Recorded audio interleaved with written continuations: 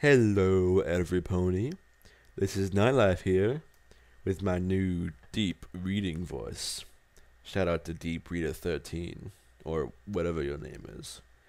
I know there's numbers in there, Deep Reader. Check that guy out on YouTube. He's fucking awesome. Your work is high grade, good sir. Even though it's very little.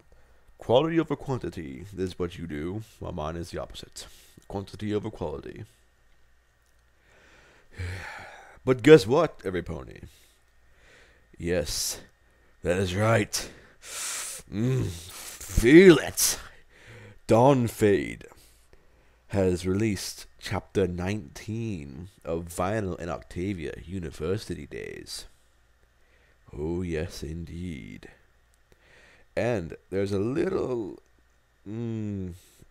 something at the end.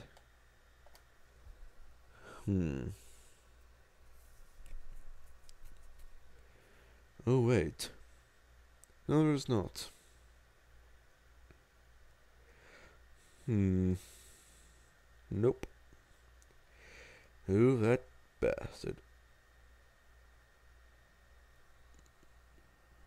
Oh, wait. Yes, they forgot.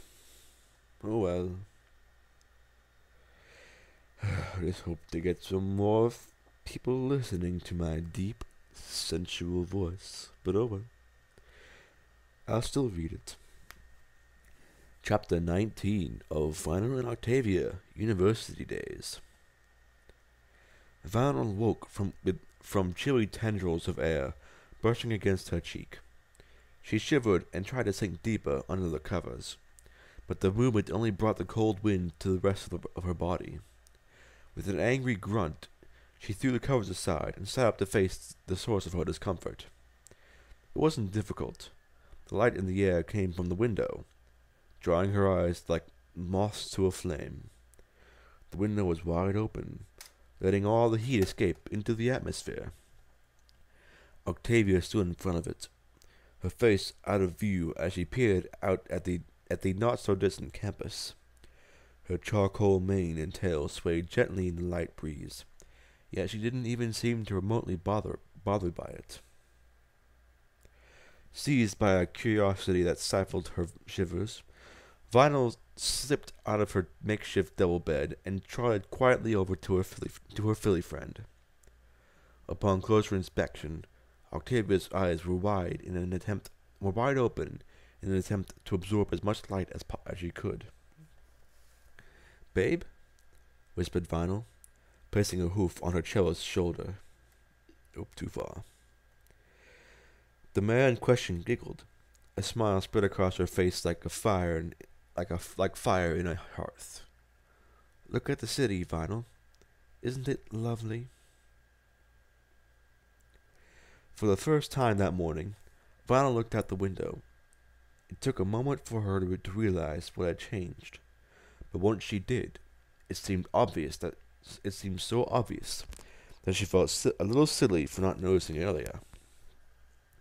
Hot damn, that's a lot of snow. Everything from the trees to the rooftops was covered in glistening whiteness. Fresh from a night of silent descent, even the Pegasus exclusive buildings were coated in snow that had fallen from clouds even higher than theirs. Some ponies were already out there pushing big plows to get the paths clear before the day truly began. Outside the campus, the city of Manhattan grunted and groaned to life, and decided as dedicated unicorns and earth ponies set about pulling back the thick layer of snow, like taking the blanket away from an unwilling student before a day full of classes. Oop, too far. A few playful Pegasi chased each other through the sky over the campus, their distant laughter giving the scene a cheerfulness that dispelled the usual uncomfortable nature of snowfall. The sight brought forth a few flickering memories from the back of Vinyl's mind. She remembered playing on the streets with her neighbors, using her magic to form snow into funny shapes. Shock rippled through her as she realized those days were over 10 years ago. Swallowing back her uneasiness at excuse me, at the realization, she tried to distract herself with monotony. Right. What's on the agenda?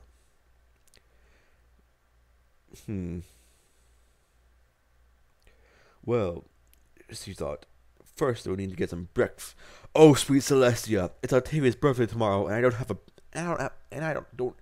have a present. Panic shot through her body as she stiffened visibly, eyes bulging. Almost immediately, the irrational part of her brain, which had been going stronger as of late, kicked in and reminded her that she still had an entire day to find her a gift. Her limbs relaxed, and she almost sank into the floor in tentative relief. Yes, there was still a matter of finding a suitable gift, but how hard could that be, really? Final glance towards Octavia to see if she had noticed her little panic attack. It was difficult to tell, however, as the grey mare was no longer there. The sound of water splattering against the tiles reached her ears, presenting the answer to an unasked question. It seemed Octavia had left Final to enjoy the view while she got ready. The unicorn smirked. Luck seemed to be on her side today. She quickly trotted over to some school supplies and found a pen and paper. Thinking quickly, she quickly wrote a vague note explaining that she had to go out for a while.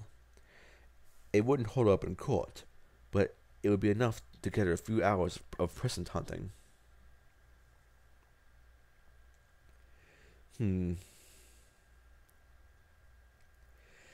With the note left noticeably on the bed, Final slipped on her grayish-purple boots and beanie and darted out the door. She trotted down the hall. As she trotted down the hall, she wondered if Octavia was just now exiting the bathroom and reading the note. A slight panic overtook Violet's motor functions, making her leap down the first short flight of stairs in the stairwell without a single glance. Thankfully, no pony was in her way this time. Her glorious escape from beneath the eyes of the sexy cellist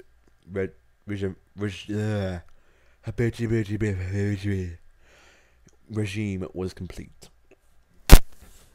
She thanked the stars that their room window didn't overlook the path leading to the main campus as she shuffled down it. The boots helped, but nothing was truly safe from Manhattan weather. The cold seeped in slowly as she walked, though her body heat kept it from getting to her hooves at least. The beanie, meanwhile, worked like a charm. Vanel's head was kept in fuzzy warmth that brought a sheepish smile to her lips. Sheepish mainly because she wouldn't have chosen a gift weeks ago. Octavia's my Philly friend now. I can't afford to forget stuff like this. Vanna would never forgive herself if the relationship was hurt because of something as stupid as a bad memory. She paused at the university's main entrance to steady herself, just thinking about what had happened. Just thinking about what she had with Octavia being hurt in any way was enough to make her feel a little ill. Somewhere in the back of her mind, the word love sickness was being tossed around a lot.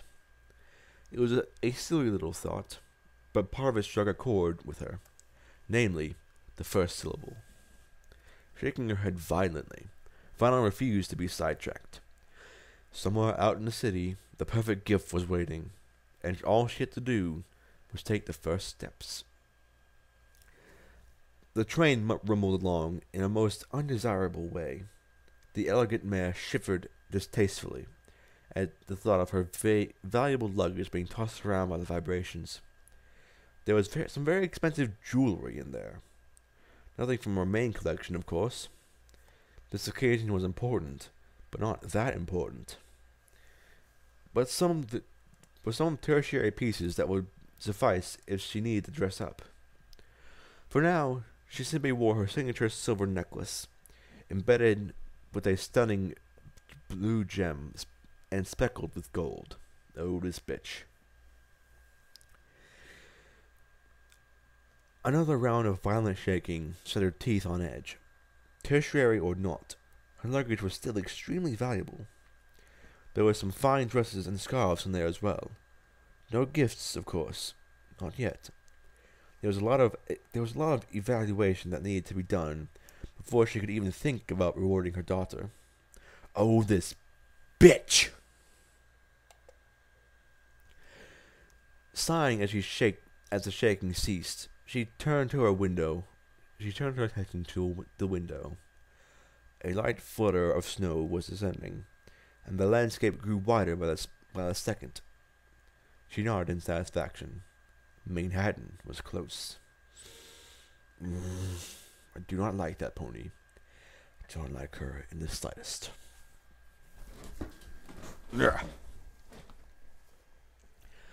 Vano stepped out of the shop, feeling disheartened. It was the 5th time she'd done that in the past couple of hours. Each store was packed with baubles and trinkets of 1,000 different kinds, but she still couldn't find anything suitable. Even the most expensive gifts didn't seem like enough. After all, Octavia had probably grown up with gem-encrusted toys and jewelry. These things would seem like cheap, sparkly stones to her. Final, you have no idea. But of course, ponies never have any idea until it's too late. She rubbed her forehead in frustration.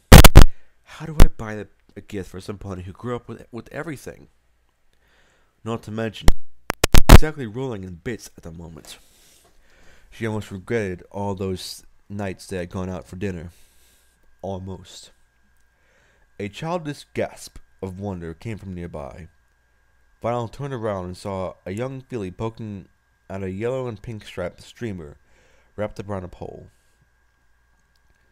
Upon closer inspection, she saw that the streamer led to a bench, then another pole, and a few more ponies were standing standing near it, exchanging theories. Vinyl trod to the other pole, following the streamer with her eyes.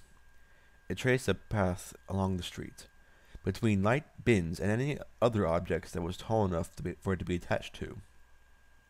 She followed it, along with a growing number of interested ponies, much like a cat with a piece of yarn being dragged across the ground.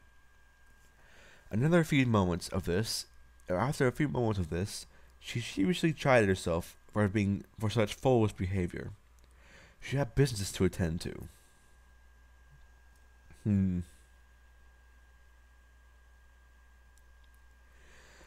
But as much as she wanted to get back to gift hunting, she really wanted to see where the streamer was going. So she quickly jogged after it, fully intent on returning to the matter at hoof once her curiosity was satisfied. The colorful lead reached an end at a festive-looking light pole. Tinsel and little floating pom-poms orbited around it, bathed in a faint mint green glow. A couple of other curious commuters had stopped in to investigate the odd sight. Is there a holiday coming up that I've forgotten? Asked one old mare as she balanced 3 shopping bags on her back. Not that I recall, answered a stallion in a suit. A little blue filly squealed in excitement. Look over there! Every pony followed her gaze and found another decorated pole on a nearby street corner. Immediately, regardless of age, the group gleefully bounded over to it.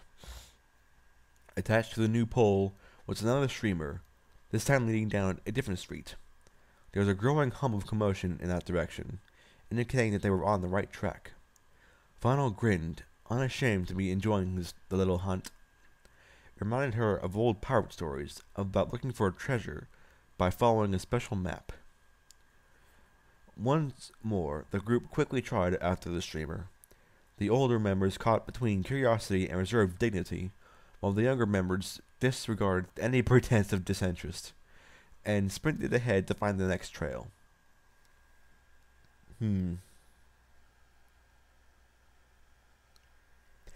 Once more. Oh, nope. Vinyl joined them, reaching the next brightly colored pole only seconds after the kids. This time, rather than being tied around the middle, the streamer was attached to the top and stayed out of reach as it crossed the road and connected to the top of a two-story building on a street corner. A large crowd milled about in the street before it, and Val noticed there were several other streamers leading from other streets, all drawing ponies towards this building. They must be all over Manhattan. DJ pushed through the crowd, something she was no stranger to doing, and managed to reach the front. A double door dominated the front of the building, constantly held open by the unending torrents of ponies gushing in and out. The walls were painted the same color as the streamers and poles, with bright patterns and eye-catching decorations everywhere. Above the door, a sign proudly proclaimed, "Bon Bon's Confectionery." Final's jaw dropped. Such a massive commotion just for a candy shop? Yet, it was ridiculous. Yet, here it was, right in front of her. Ponies were entering with inquisitive expressions and leaving with bags with candy filled to the brim. Chocolate smiles on every face. Whatever Bon Bon and Lyra were doing, they were doing it right. Shrugging, Vinyl let herself get carried inside by the current of customers. The interior of the shop's ground floor was even brighter than expected. The pale cream green walls and a number of extravagant displays of culinary creations. There was no doubt about it. Bon Bon was a candy genius.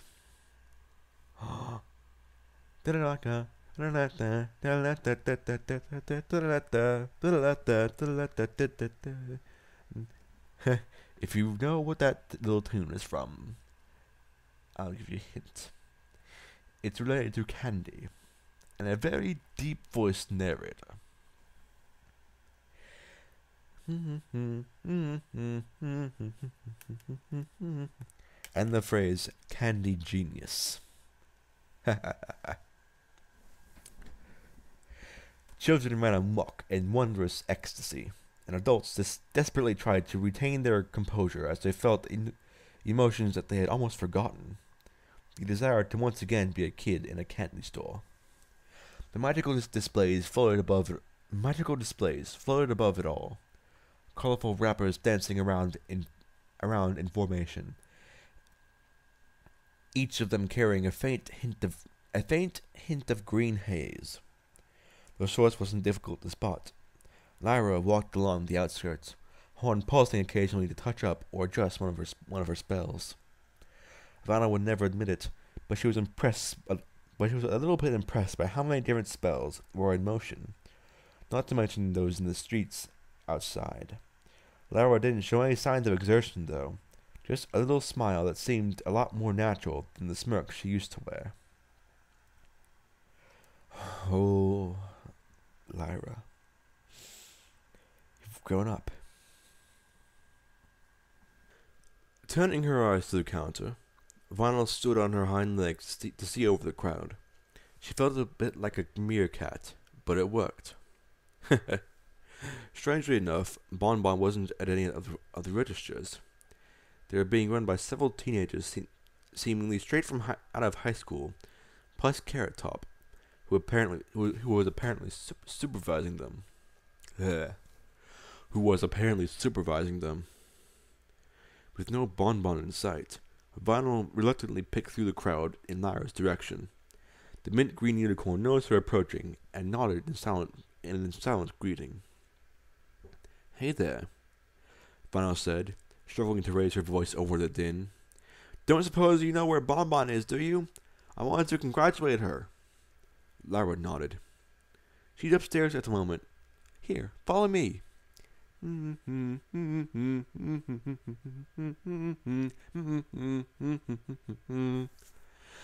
Without further ado, the DJ followed her behind the counter to a flight of stairs.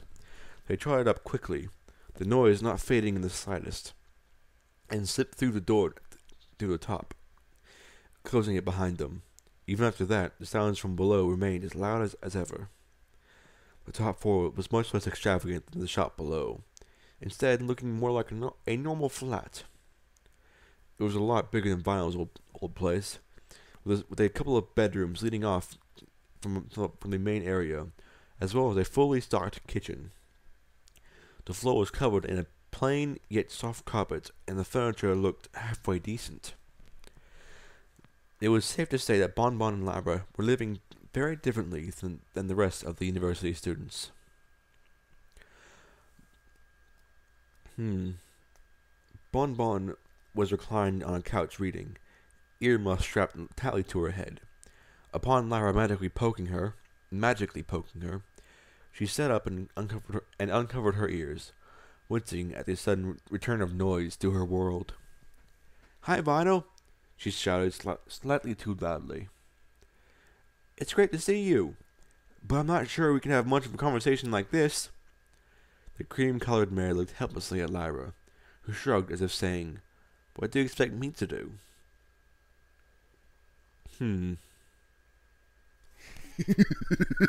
I'm sorry.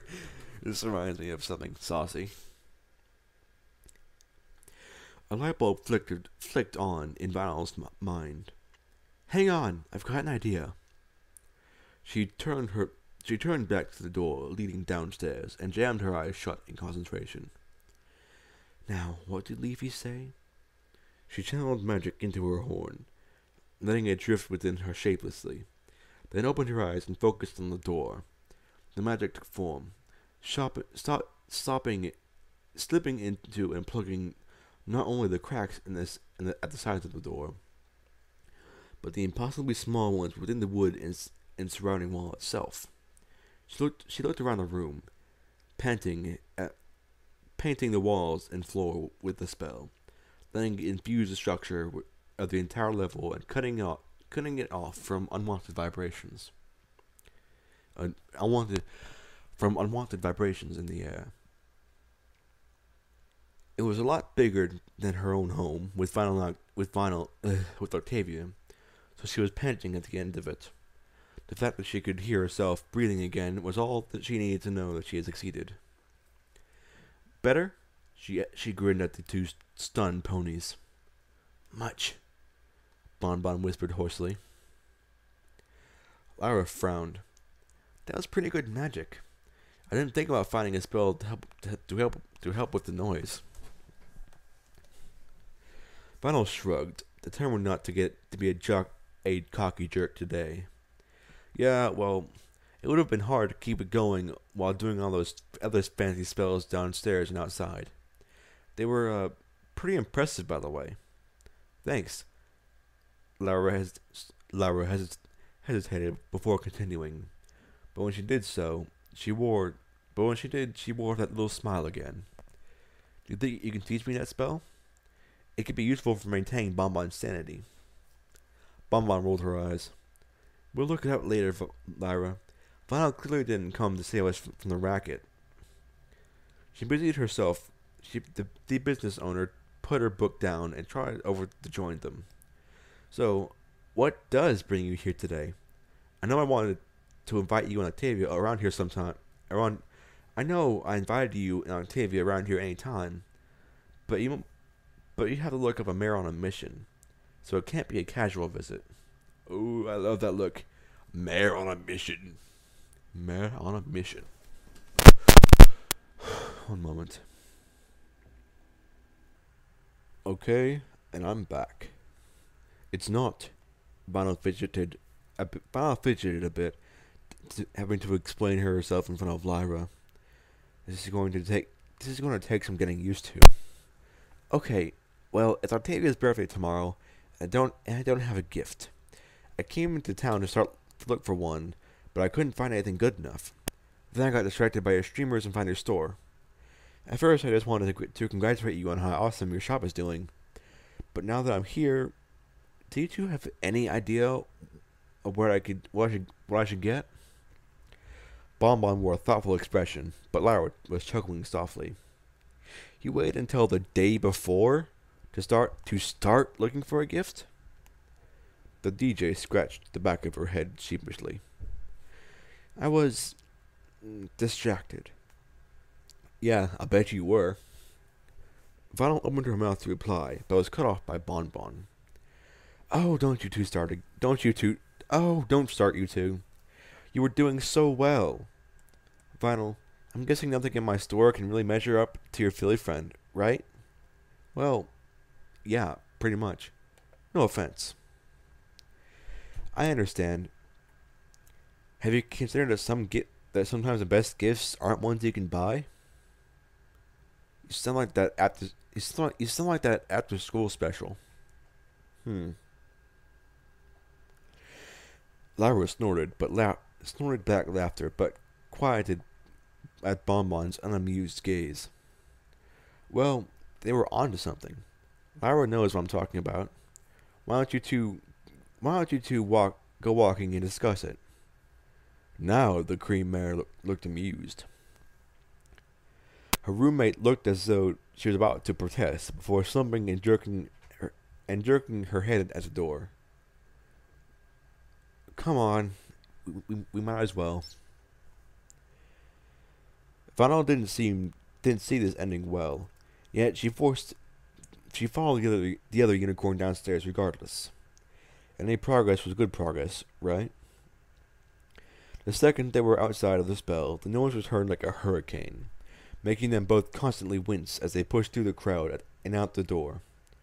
Only when they were a full block away did the sound fade enough to allow speech without shouting. I swear it wasn't as loud when I first got there. Vanel exclaimed, rubbing her ears as they walked. Probably the contrast. We went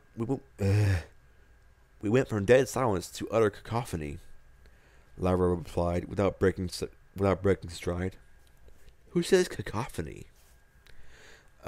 Yeah, I guess that makes sense. For a while, they simply walked through the cold streets, taking turns and following side streets that Vinyl had never seen before. It was technically an uncomfortable silence.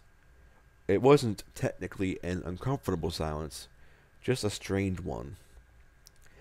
She had expected them to arrive back at the store and hear Lyra say, "Good chat" or something. Before she could voice her thoughts, they arrived at the entrance to a park. The snow wasn't too thick yet, and much of the ground was still uncovered, mainly the path. The trees were all blanketed in white, and a few quiet couples took evening strolls through the pretty scenery. It was then that Vanna noticed that time had slipped away from her yet again. Oh crap! The stores have all closed. The orange setting sun seemed to taunt her for losing track of time. Relax. Do you remember what Bon Bon said? Some things can't be bought. Lyra seemed perfectly comfortable even without any warm clothes on. After finding a deserted area, she suddenly stopped under a big white oak tree and turned to face the DJ. So, what do you see in her? Huh? Ronald raised an eyebrow. Octavia, what do you see in her? Come on, do you really want me to get all mushy in front of you? Laura squared her shoulders. Just say what you feel. I'll endure. Alright, well... A gust of wind blew past, carrying the scent of wood fires. I see nothing in her. I'm not crazy about her because of any one trait or quirk. Those are like the individual notes in a song. Alone, they're meaningless, but together make up her perfect melody. It's not what I see in her. I simply see is I simply see her. The DJ blushed. After a moment of silence, Lyra cocked her head. Her eloquence has rubbed off on you, I think. I'm sorry, I read ahead. Vonal grinned in pride, her cheeks still red from embarrassment. Yeah, well, there was a lot of rubbing involved. Rubbing. It's a sex joke. Finally, Lyra cracked a smile. I'll bet. But her job wasn't over, so she sobered up quickly. You've confirmed something for me. I know what you can give Octavia. I was worried at first that you had already given it, but now I know otherwise. What are you thinking about? You love her, don't you? Vanel's brain faltered for a moment before roaring back to life. I do. She knew she was wearing the dumbest deer caught in the headlights expression, yet there was no escaping the shock. The word had been trying to catch her attention all day and finally revealed itself. Have you told her that? Lyra hinted with a smile. Not yet. Vanna was grinning so hard her cheeks ached. She desperately wanted to sprint back to the university, but there was one thing left to do. You know, Lyra, you're alright. You're alright. You aren't bad yourself, Final. That was it. There was no need for anything after that. Final nodded once more, then ran. The wind rushing through her mane, a perpetual grin on her lips, and a perfect confession of love brewing in the back of her mind. Can't buy that in a candy store. Willy Wonka, Willy Wonka,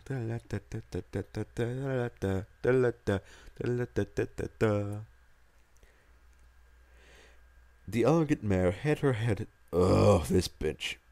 I think. Yes, it is. Ugh. I hate this woman.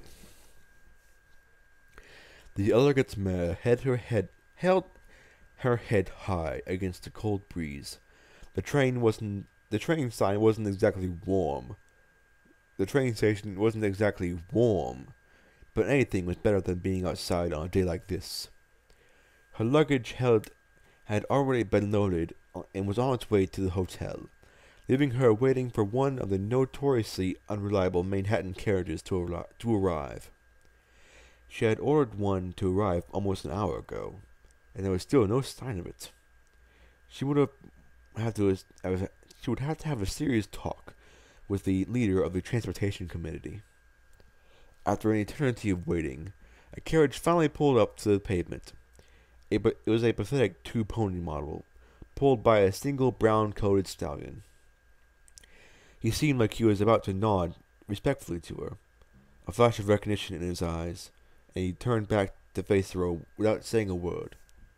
You know, my little ponies, what is the best way to deal with these kind of people?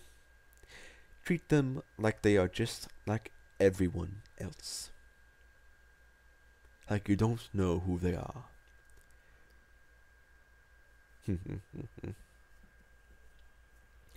Her upper lip twitched distastefully. Such rudeness from common folk was unacceptable. Clearly Manhattan was going down the drain. After a moment of annoying hesitation, she climbed forward. She climbed aboard. West Manhattan University. Don't spare yourself, bitch. He snorted and began pulling. His pace was painfully slow, even for carriage travel. It seemed the driver was in no hurry, despite her instructions to the contrary. The sun had set, and she was in some stupid tiny carriage being pulled around downtown by an infuriating buffoon. He hadn't said a word, yet she knew everything he was thinking. He probably hated her for being so well groomed, or some other little nicety that they clearly didn't have in this city. Celestia, She could smell the sweat on the stallion. She was grateful for exactly one thing, that she had asked to go straight to the university instead of the hotel. The university was much closer to the train station, even with the driver taking a very creative route. The plan was initially to pick up her daughter and take her to the hotel to reward her for such good work. In actual fact, any true reward would have been to wait until she had visited some contacts within the university and determine whether Octavia was deserving of a reward at all. Fucking bitch. You reward your children on their birthday, because it is the day they were brought into this world, regardless of what your opinion is of them. You are the parent. You are the mother, you ruthless bitch. You are her mother. You will behave as such. You will love her. And you will let her know that you love her. She boils my blood so.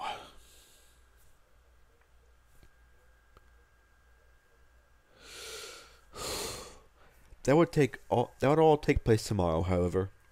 Tonight she simply intended to lightly question her daughter. Nothing too serious, just in case she had done well.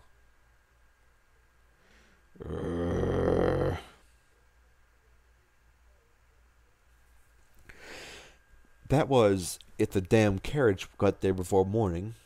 She drew her phone from within her mane, a childish yet effective storage system.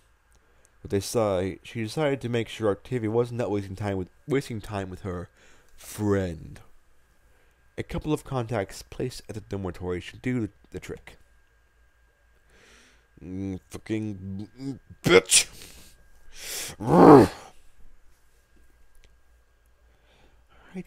I do not like Octavia's mother.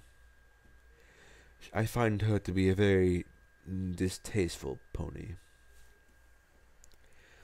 Octavia felt lost. She spent the entire day in their dorm room sitting around, reading and studying. Vinyl still wasn't back. She checked the news on Vinyl's computer a number of times out of worry, wondering if perhaps something terrible had happened. Stop it! Shut up! Stop it! I do that sometimes too. It was only in Vinyl's absence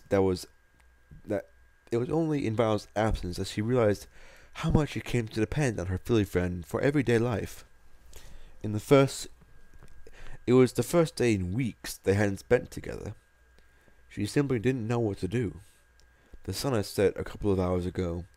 Octavia thought about going to bed, even though she knew she would be unable to sleep. Anything was better than just nothing, and just standing there waiting for the door to open. She felt angry at herself. She felt pathetic. One day, I can't make it one day without her. What does that say about the strength of my character? Her hind legs wobbled as she sunk down into a sitting position.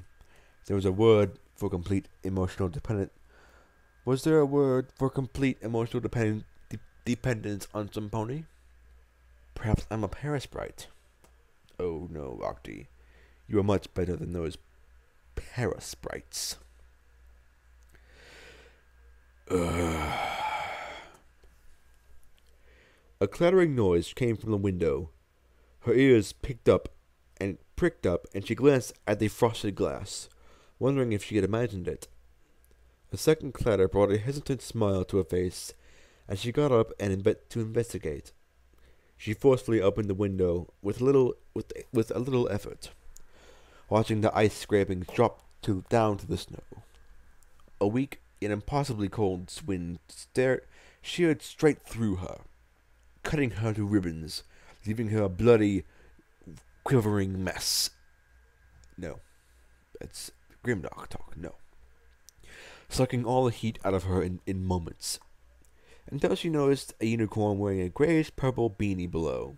That was. Her heart beat faster at the mere sight of Vinyl. Warmth returned to her limbs within seconds. "What are you doing down there?" she called with a half-giggle, her previous ponderings forgotten as things returned to normal. Or at least as normal as they could be with Vinyl. "Shh!" The DJ hushed her quickly. "Get your boots and scarf and stuff. Quick!" Vinyl seemed to be at the... And they all yawned and stretched until they became taffy. Taffy. No. Vinyl seemed to be a little on edge, looking in every direction as if she was committing a crime. Octavia frowned in confusion, but followed her instructions, stuffing her hooves into her warm boots and wrapping a scarf around her neck, before rushing back to the window. "What's going on?" She said as quietly as she could, while still making her voice reach Vinyl. "There are some ponies at the entrance of the dorm who won't let any pony in or out. It must be for campus security or something. Anyway, I'm busting you out." The unicorn grinned. Octavia wondered if they were on the same page. Why?" "I have a present for you. It's almost midnight, so we need to hurry." "Midnight? What does that have to do?" She relaxed silently. "My birthday. Oh, my sweet Vinyl."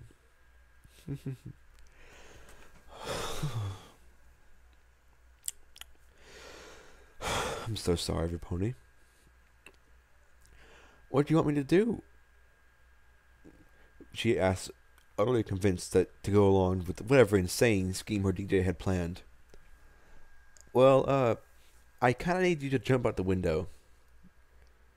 "Alright, maybe not utterly convinced." "Are you serious?" She was having a hard time keeping her voice quiet now. "How catch you? It's just, I can't get you out the front door, and this is the quickest way." "Sweet Celestia, she's serious." I don't know, Vinyl. This might be a bit too much. I appreciate that you have something planned, but I don't. Do you trust me?"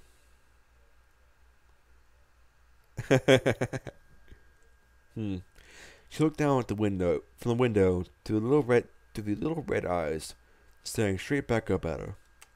Octavia bit her lip and swallowed nervously. The damn Denny guides didn't mention jumping out of a window. Her legs tensed. With everything.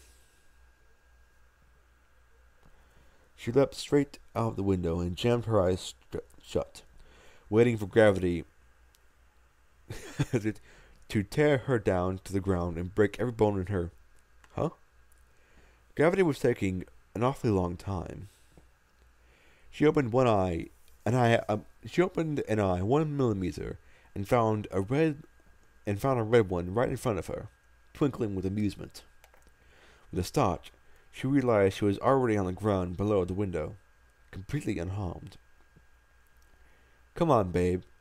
Do you really think I'd ask you to do something if there was even the slightest chance it would go wrong?" "I'm sorry, but Violet reminds me a bit of me." "Only she's not a cult." "Yet." Dun, dun, dun, dun. Octavia slipped her hooves around her lover's neck and kissed her cheek. "How could you be sure?" I carried everything in my apartment half across Manhattan the day I moved in, remember? Compared to that, you're a feather." Vinyl returned the hug happily. Suddenly, Octavia felt very silly. "Well, I forgot about that," she admitted. "To be fair, you surprised me." I surprise myself sometimes. Anyways, that's not the only surprise of the night. Or at least I hope it will be a surprise. Although, I guess it would make sense if it wasn't. Huh. Vinyl pulled away and scratched her chin thoughtfully. "Now, I am not sure what... Ugh. Now I'm not sure what to hope for.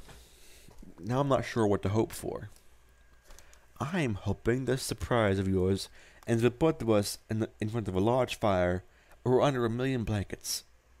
The cellist shivered. Babe, for you, I'll get both. That's a fire hazard. There's just no pleasing you, is there? Vinyl pulled her under a hoof and led the way through the campus. By the time they stepped out in the streets of Manhattan, they were practically doing the drunk herder shuffle, just to share body heat. Vinyl seemed to know exactly where they were headed, even if she refused to share it. It'll ruin the surprise. Well, actually, it's not really part of the surprise. It's just the setting. Vinyl explained. If it won't ruin the surprise, then what's the harm in telling me? Because it's part of the whole package, like individual notes in a song.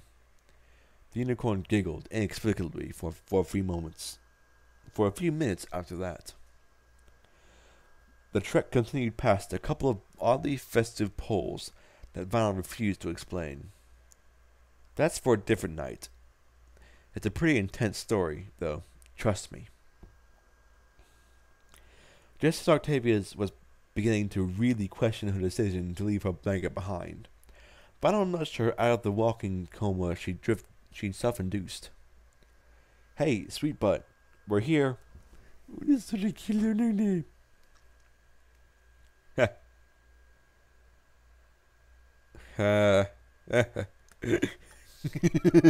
Sorry, I'm reading ahead again. She looked up to see a gigantic white oak tree. Snow-covered grass surrounded it, and trees dotted the landscape. She rubbed her eyes.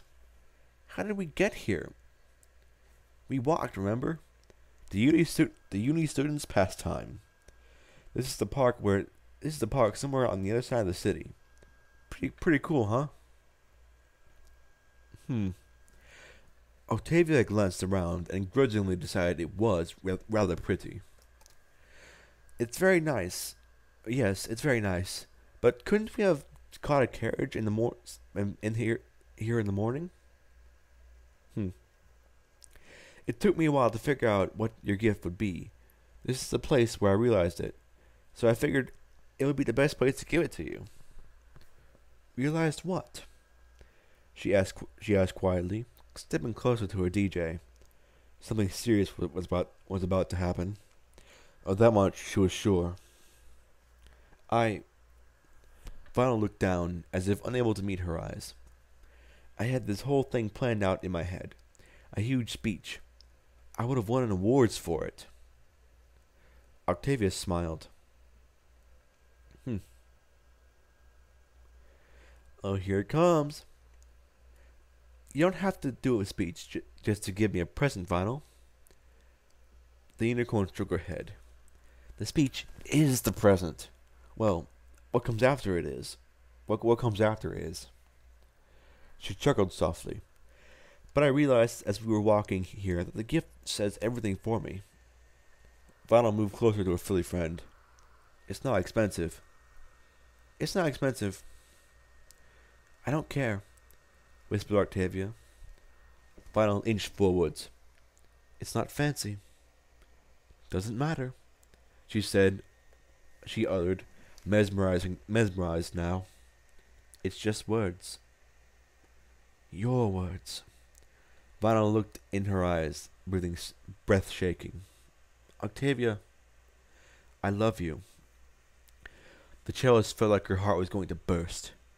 For some reason, her eyes were watering, and her mouth was opening and closing. Vinyl leaned in and nuzzled her.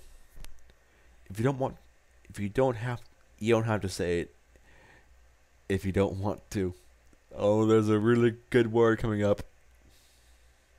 One moment while I figure it out ahead of time. It's a garbled mess. The unicorn whispered. Octavia regained control of her mouth. Okay. Yeah. Deep breath. I love you too, now kiss me, you idiot. She blurted out, already moving to tackle her friendly friend.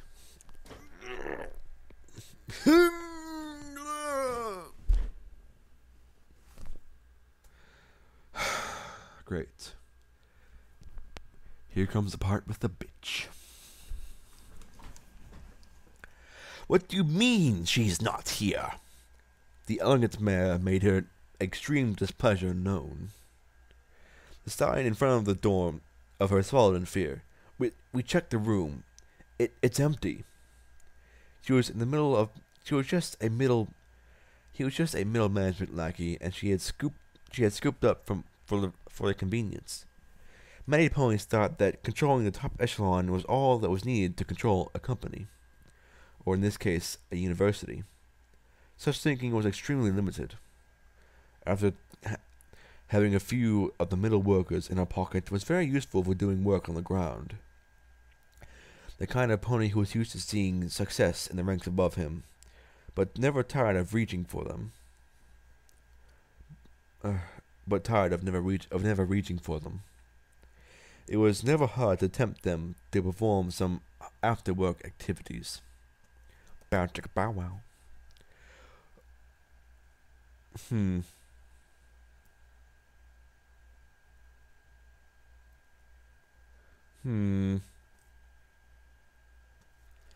This bitch. Where could she have gone? She demanded. The sound of her carriage speeding away became very noticeable. She told that damn driver to wait! I don't know. Maybe out to dinner? He suggested, still sweating icicles. On a night like this? After midnight? Well, go and call me in another carriage. Tell the others to move from the dormitory entrance to here, in the campus entrance. Let me know when she's back, and who's with her. I will not tolerate any more surprises. It's probably just the character she's written as, but I don't like her. I don't like her at all. It was surprising, Vinyl, honest. Octavia giggled as they strolled down the street. Really? Are you sure? Because I wondered if you were expecting me to say it or something. I was surprised, trust me. And this is the best start to any birthday I've ever had. Does that make you feel better? Vinyl skipped along beside her, wearing the same smile she'd had since they left the park. Yep. Oh, Celestia, we have to walk all the way back now, don't we? The cellist could feel her muscles aching at the thought of such a journey. Her filly friend snorted. Screw that. Let's just crash at Bon Bon's place. Are you sure they won't mind? Hey, we're all buddy friends now, aren't we? Oh, how I love that saying. Buddy friends. They'll be fine. Not for the first time, Octavia wished she had shared her lover's optimism. If you say so. Vinyl led the way once more, displaying an inexplicably accurate sense of direction as she brought them to a huge dark store within 20 minutes. The festive poles increased in number as they neared it, and Octavia found herself wishing for better lighting so they could get a good look at the shop. Even at night, it looked rather impressive on the outside. The DJ knocked on the door loudly before cursing and muttering about stupid magic, and took a step back and launched a stone from the curb straight up into the chimney of the roof. Octavia watched in fascination as Vinyl made a bunch of silly faces while concentrating. Eventually, a window on the second floor opened and a very tired-looking Bon Bon poked her head out. Whoever is down there making a rock fire in my room, knocking stuff over, go away or I'll call the guards.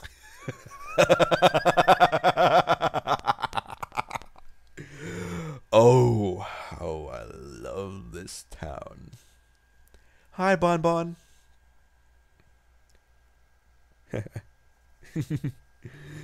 uh, hmm. Sorry, I'm reading ahead again. This story, it makes me do that sometimes. The cream mare's eyes widened as she woke up a little more. Vinyl? What are you doing here this late? Oh, and hello, Octavia. The child gave her an "I'm sorry about this" smile. We had a late night and kinda need a place to crash since uni is so far away. Vinyl put on her most winning smile. Hashtag winning. Bon Bon rolled her eyes and disappeared from view, closing the window behind her. Octavia sighed irritably. Lack of sleep didn't treat her well. Well done, Vinyl. Hey, I thought she'd let us in. Hang on, let me find another rock. Before she could even turn around, the main double doors of the shop opened to admit them. Bon Bon yawned and waved them in. Come on in. Come on. You're letting the heat out. As they passed her, Octavia gave the mare a quick hug. Thank you for this. I hope it's not too much of a problem. The shop owner closed and locked the doors again. Don't worry about it. I can sleep when I'm dead. She paused, then muttered, from lack of sleep. Aww. Poor Bon Bon.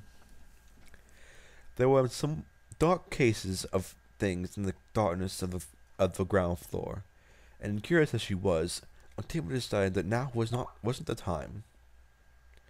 Bon Bon led the way upstairs into a dimly lit living area. Yawning once more, the tired man gestured at 2 couches. Bunk 1 and 2. Kitchen is there. Bathroom is somewhere else. I'm going back to bed. Octavia couldn't blame her for the abrupt exit. She was feeling the call of the couch pretty strongly as well. And apparently so was Vinyl, who had already collapsed on one of them. She would have preferred to spend as important a night in the same bed, but it's not like either of them was coherent enough to say much of importance anyway. She settled down on the comfy, sweet-smelling couch and let her breathing slow. From the darkness, Vinyl's voice mumbled, "Love you. Sleep tight." Octavia closed her eyes and smiled. "Love you too." And with that, we end Vinyl and Octavia University Days Chapter 19. Hope Chapter 20 gets put up sometime soon.